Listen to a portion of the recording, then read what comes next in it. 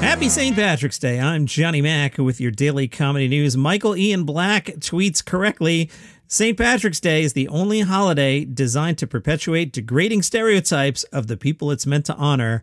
Yeah, to my fellow Irish Americans, don't embarrass us today, all right? All right. Trevor Noah said, seemingly every day, Russia becomes more and more isolated from the rest of the world. They can't fly anywhere. They can't order anything off Amazon. They can't even use Airbnb, which means now they'll need to film themselves going to the bathroom. The Kremlin has taken down Facebook, Twitter, and Instagram.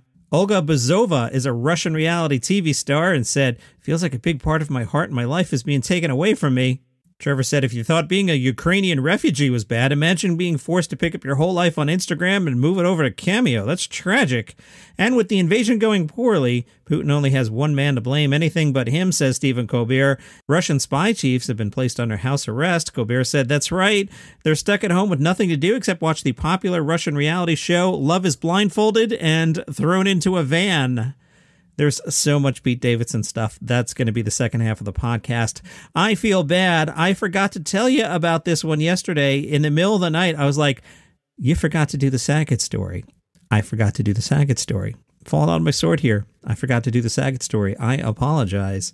2 days ago, local authorities were permanently blocked from releasing photos and videos taken of Bob Saget's body and his personal effects under a ruling issued by a judge at a virtual hearing for a lawsuit filed by Saget's family. The circuit judge agreed on a permanent injunction stopping the Orange County Sheriff's Office and District 9 Medical Examiner Office from making public a limited cache of records. The family's attorney told the judge he met with authorities, and after discussions, they agreed that other records, including photos of Saget's hotel room that don't include his personal effects and a redacted investigative report, are subject to public disclosure. The judge told Saget's wife, Kelly Rizzo, and the family, nothing that we're going to do today obviously is going to take away the pain of your loss.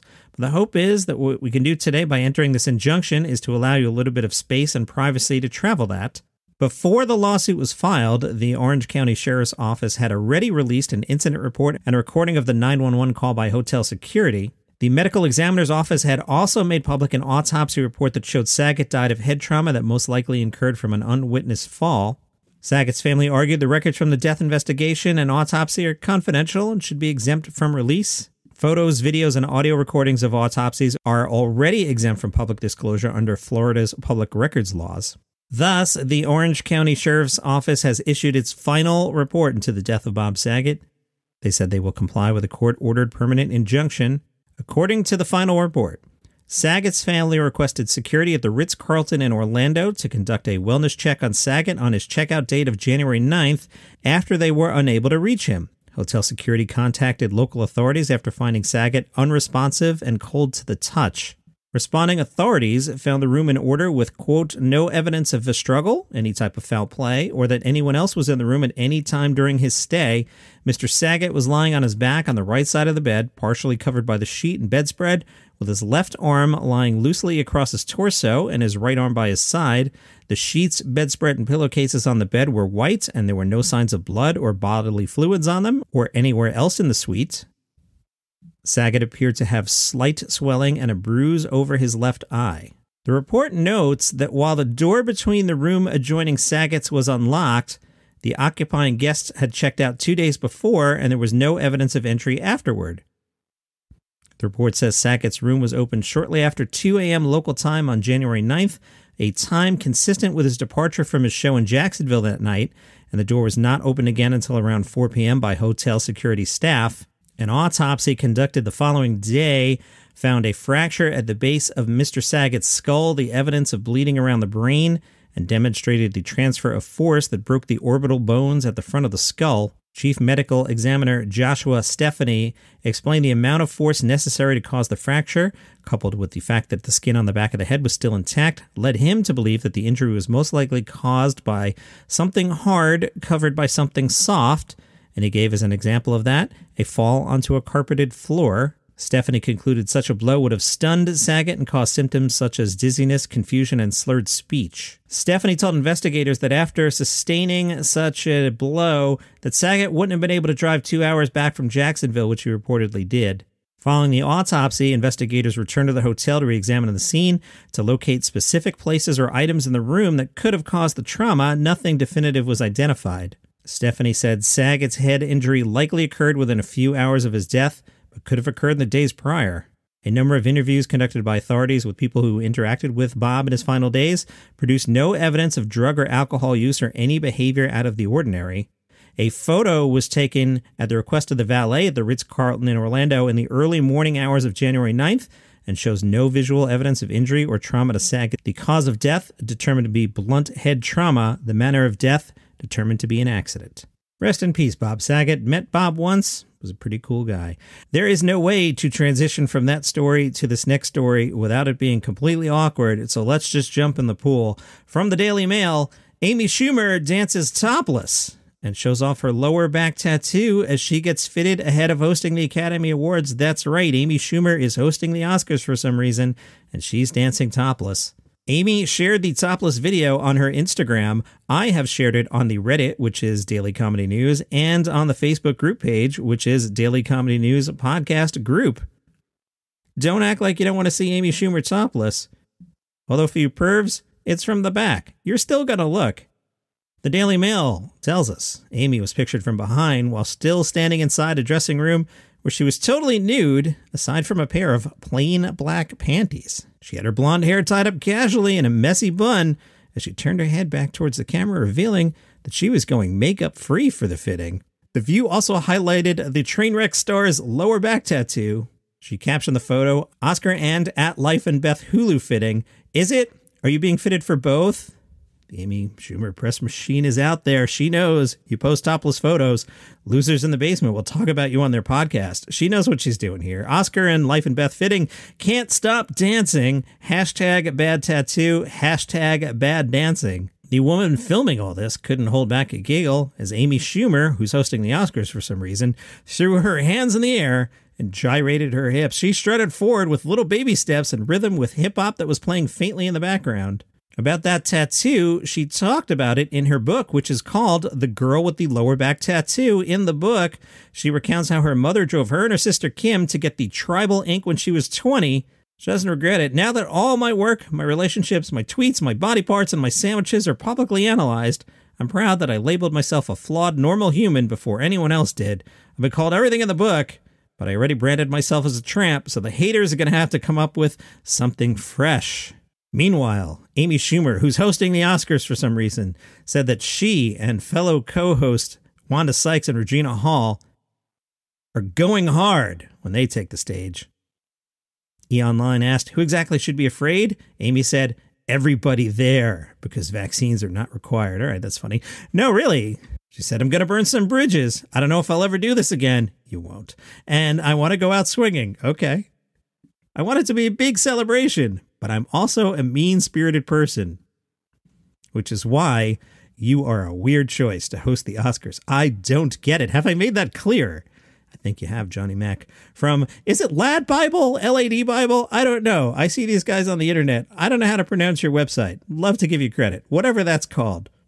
They say Conor McGregor, you know, UFC guy, he's taken a virtual swipe at comedian Al Ferran, offering Al Ferran a fight because of Al Ferran's terrible impressions of Conor McGregor. The Irish funny man, happy St. Patrick's Day, see, I plan the shows, I know what I'm doing here, is known for his hilarious takes of the UFC legend.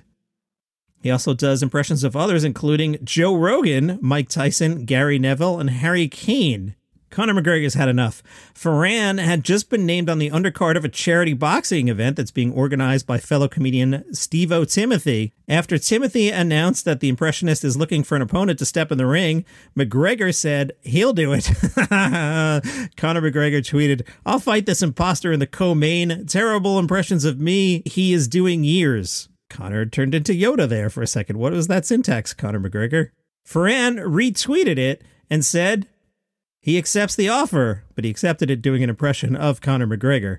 McGregor is a big supporter of the charity. He had donated 10,000 euros recently.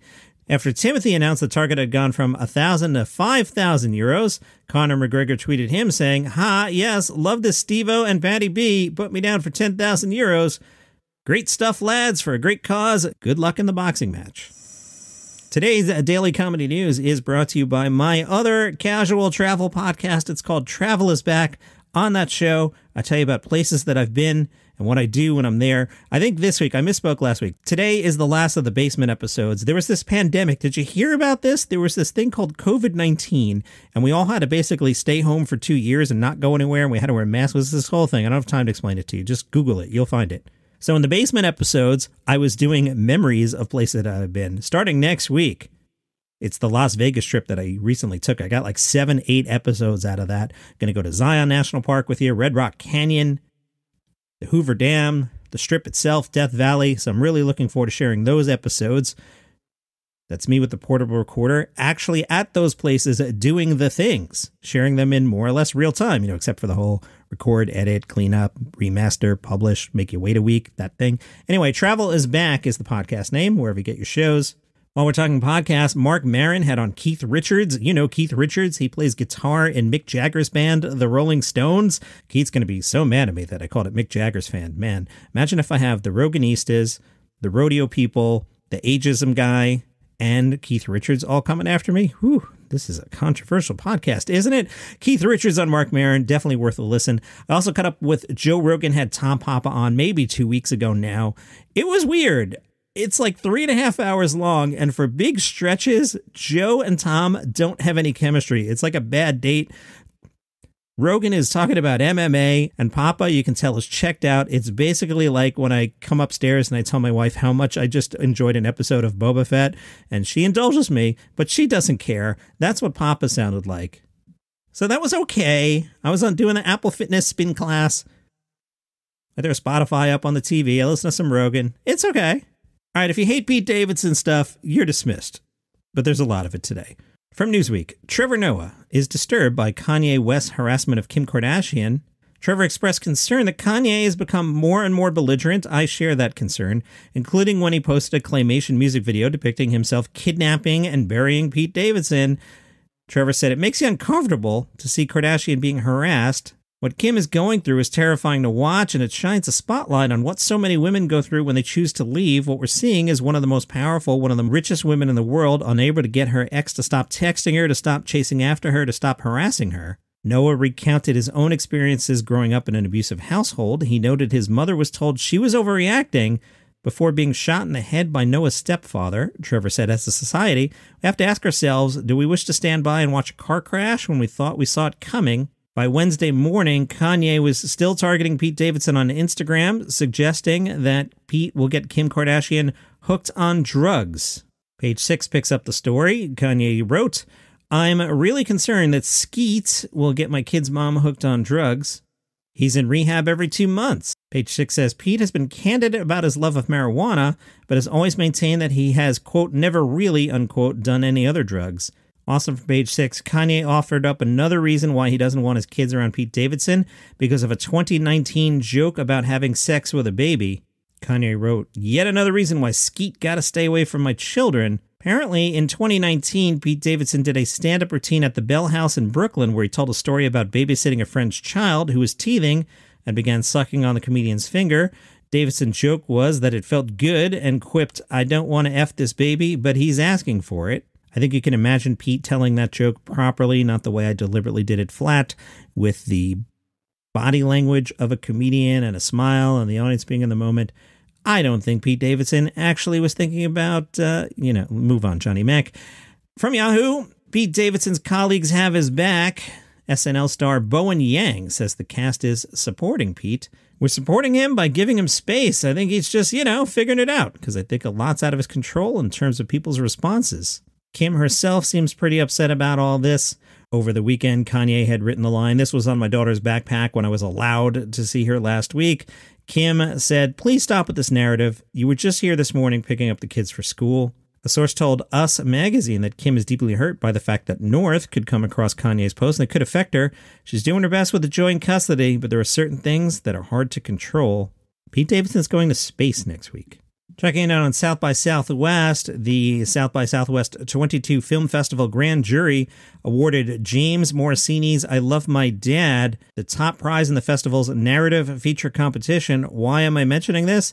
It stars Patton Oswalt. In I Love My Dad, a clinically depressed 20-something named Franklin, played by James Morosini himself, emerges from his latest stint in a mental health facility with a new resolve to cut ties with his toxic F-up of a father, Chuck, played by Patton Oswalt. Upon discovering that his son has blocked him on social media, a desperate Chuck, played by Patton Oswalt, decides to catfish his own kid with the fake profile he carries around. It's pictures of a beautiful waitress who works at his local diner. Hijinks ensue. But as IndieWire writes, well, hijinks might be an insufficient way of describing a scene in which a grown man furiously sexts with his own son, who's, in the bathroom, move on. IndieWire says people who love to wince their way through comedies will find plenty to squirm about here, and yet it's not like Chuck is a complete sicko. The film positions him more as a standard-issue deadbeat in an age when anyone can go full Mrs. Doubtfire with just a few clicks of a button. He's the kind of dad who'll forget your birthday, leave 10 voicemails to say sorry, and then miss it again next year. Oswalt finds just the right level of sleaziness for his role. They gave it a B-. Over here, I'm mad at Patton Oswalt. Why? Long story short, I love Star Trek. I hate everything that the current regime at Star Trek has done. Star Trek Discovery was awful. Star Trek Picard is about a robot that thinks he's Picard. And in last week's Picard, there was a cartoon cat, which doesn't belong in Star Trek, and it was voiced by Patton Oswalt. So Patton, you were contributing to the ruination of Star Trek, and don't even start me on them bringing in James T. Kirk into this new Star Trek show. Don't even start me on that. That's your comedy news for today. Follow the show on Apple Podcasts, Spotify, Overcast, wherever you get your shows. See you tomorrow.